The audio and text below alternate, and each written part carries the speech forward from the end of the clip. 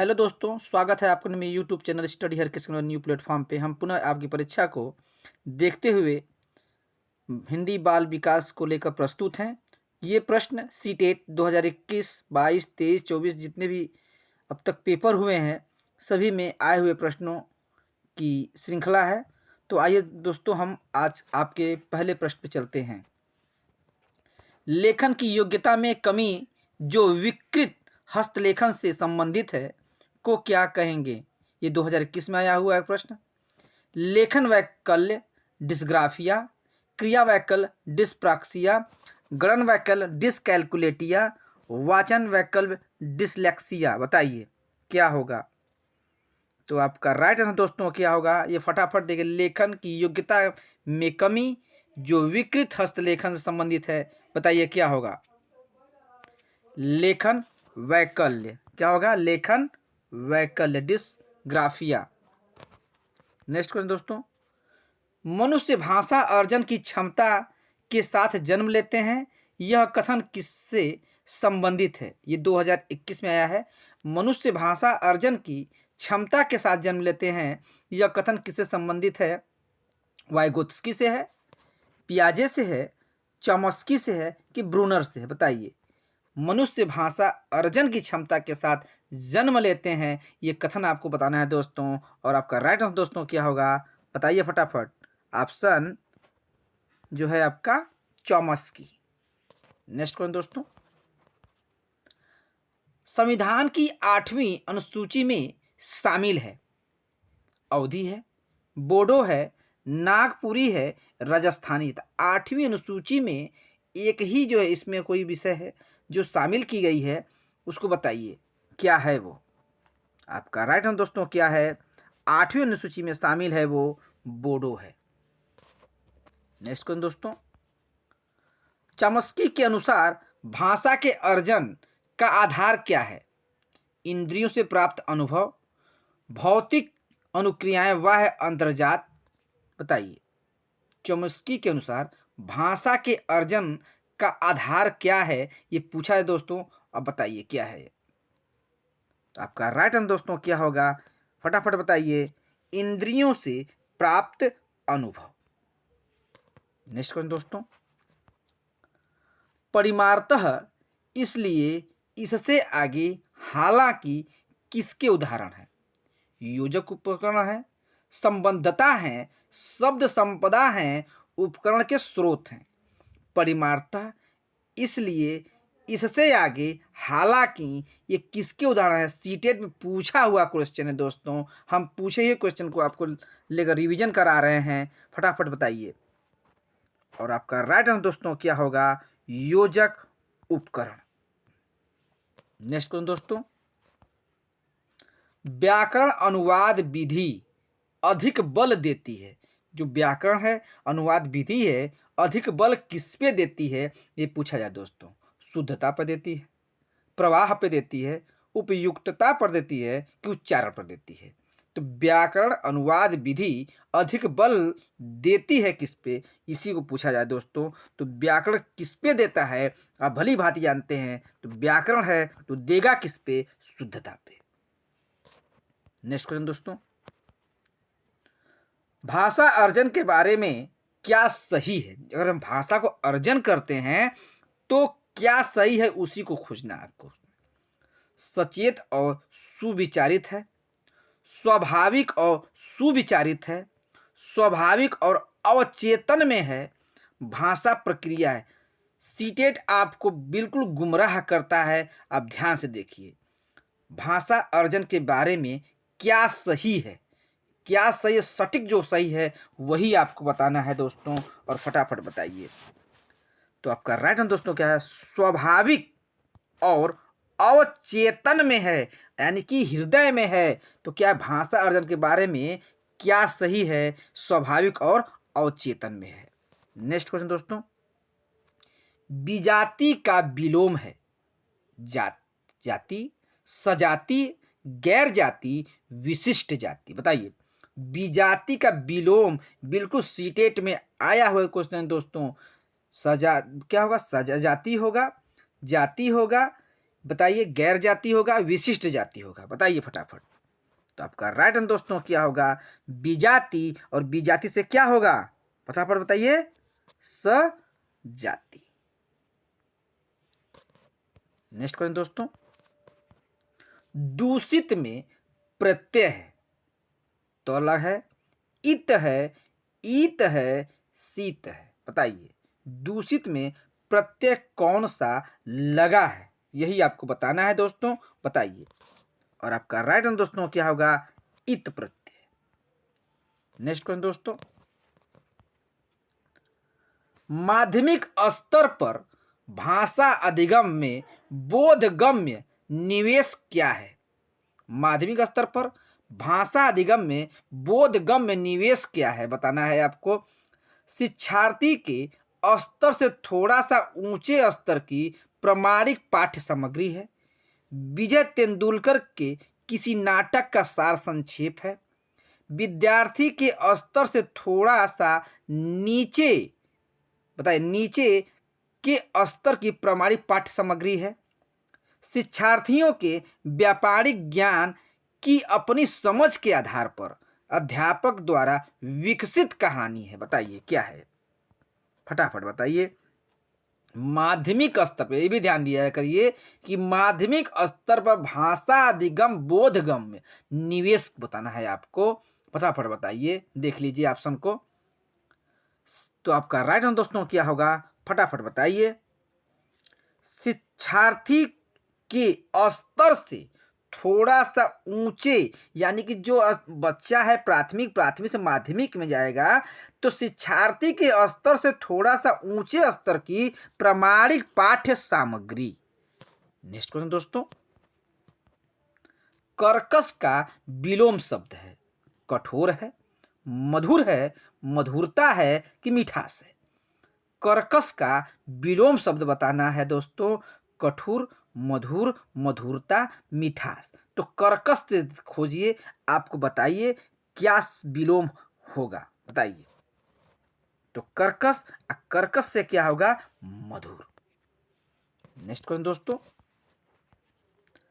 आश्रयदाता का समास विग्रह कीजिए। आश्रय दाता, आश्रयता, आश्रयदाता, आश्रयदा प्लस ता। बताइए, आश्रयदाता समास विग्रह बताना है दोस्तों। अब भली भांति जानते हैं, आश्रय प्लस दाता। नेक्स्ट क्वेश्चन दोस्तों, भाषा जागरूकता के बारे में क्या सही है? इससे संज्ञानात्मक रूप से लाभ है, इससे किसी प्रकार का कोई लाभ नहीं है, यह भाषा की व्याकरण को जानना है, यह निर्धारित अवधारणा है। तो भाषा जागरूकता के बारे में क्या सही है, ये सटीक आपको खोजना है इसमें। बताइए, बताइए, भाषा जागरूकता के बारे में क्या सही है? ऑप्शन आपके समक्ष है, आप देखिए। बताइए, इससे संज्ञानात्मक रूप से लाभ है। भाषा जागरूकता क्या है? संज्ञानात्मक रूप से क्या है? लाभ है इसमें। नेक्स्ट क्वेश्चन दोस्तों, शिक्षण के कार्य में सम्मिलित है। शिक्षण की जो हम शिक्षण कराते हैं, उस शिक्षण कार्य में कौन सम्मिलित है, ये आपको बताना है। मूल्यांकन है, उपचारात्मक है, निदानात्मक है कि उपयुक्त सभी है? तो शिक्षण कार्य में सम्मिलित है आपको बताना है। तो आपका राइट आंसर दोस्तों क्या होगा? ये तीनों मूल्यांकन, उपचारात्मक और निदानात्मक क्या है? तीनों क्या है? समाहित है, उपयुक्त सभी। नेक्स्ट क्वेश्चन दोस्तों, निम्नलिखित में से कौन सा लेखन कौशल का उच्चतम स्तर है? देखिए, लेखन का सभी है, तो लेखन का जो उच्चतम स्तर पे है वही आपको बताना है। सही वर्तनी, संयुक्ताक्षर लिखना, लेख लिखना कि वाक्यों में कठिन शब्दों का प्रयोग करना। तो लेखन कौशल का उच्चतम स्तर बताना है। बताइए क्या होगा? तो लेखन कौशल से क्या होगा? उच्चतम स्तर क्या होगा? लेख लिखना। नेक्स्ट क्वेश्चन दोस्तों, पियाजे के अनुसार भाषा अर्जन की प्रक्रिया है। पियाजे जी के अनुसार भाषा को अर्जन करने की क्या प्रक्रिया उन्होंने बताया है? सहचर्यजन्य है, सुमेलन है, युक्तिजन्य है कि सामाजिक है? बताइए बताइए क्या है?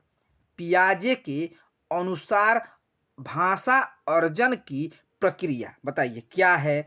यही आपको बताना है। और आपका राइट आंसर दोस्तों क्या होगा? युक्तिजन्य। क्या है? युक्तिजन्य है। नेक्स्ट क्वेश्चन दोस्तों,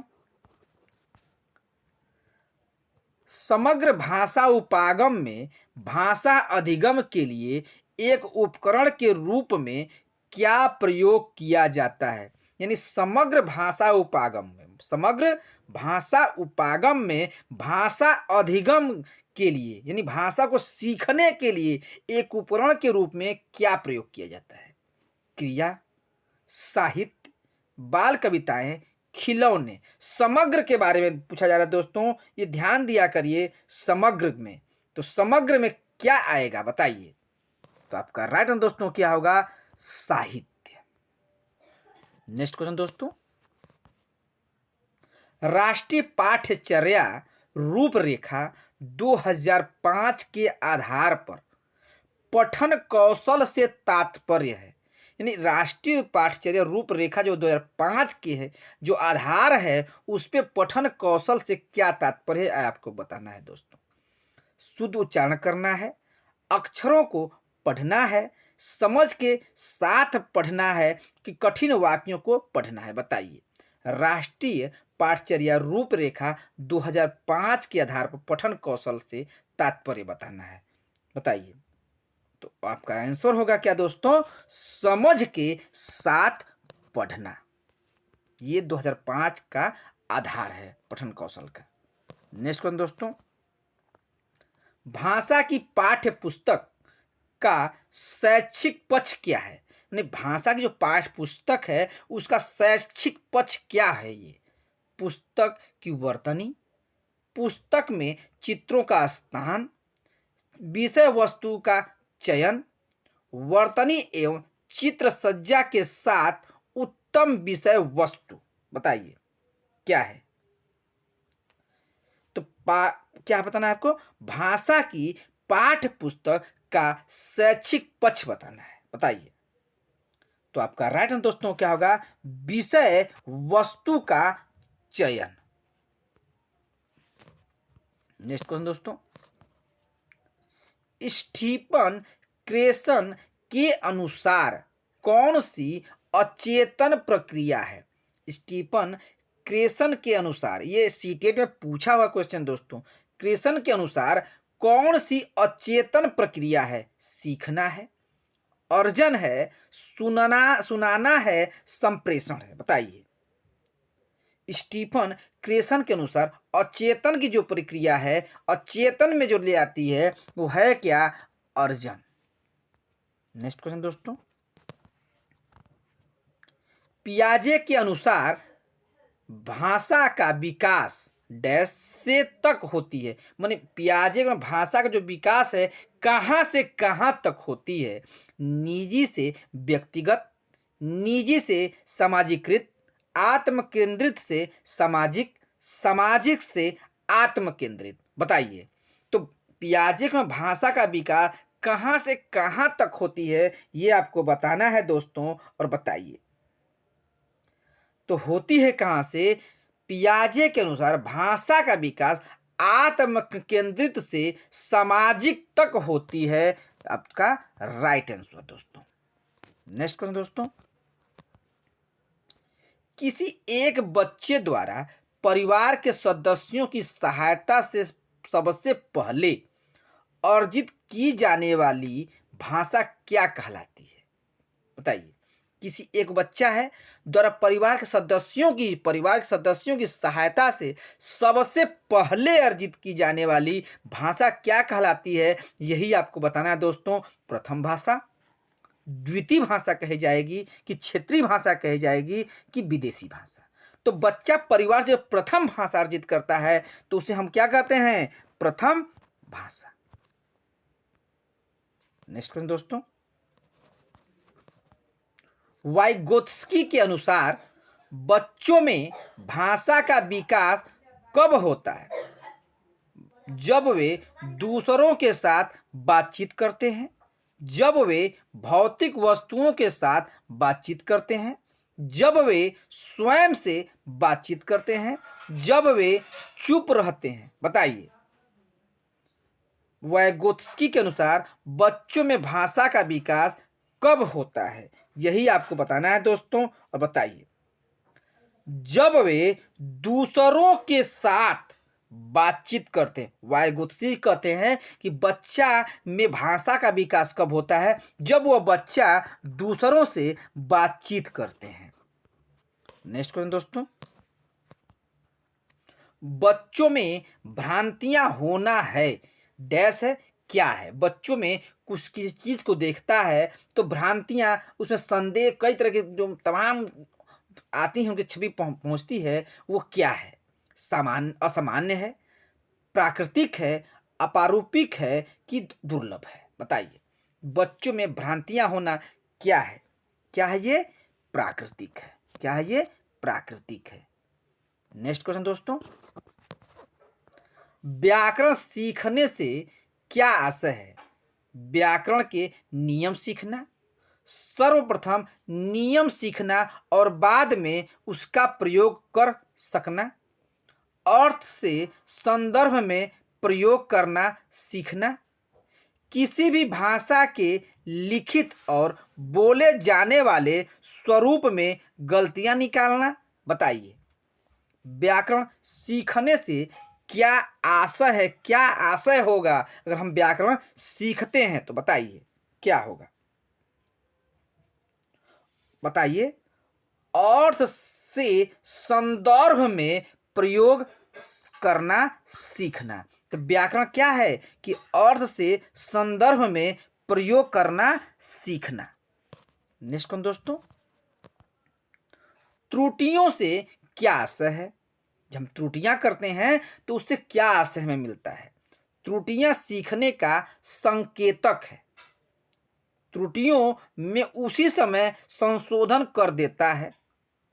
त्रुटियों की पहचान कर उनको करने से बचना चाहिए। त्रुटियां भाषा अधिगम को बाधित करती हैं। तो आशय बताना है, त्रुटियों से क्या आशय है, त्रुटियों से हमें क्या सीख मिलती है? बताइए। त्रुटियां सीखने का संकेतक हैं। क्या है? सीखने का संकेतक है। नेक्स्ट क्वेश्चन दोस्तों,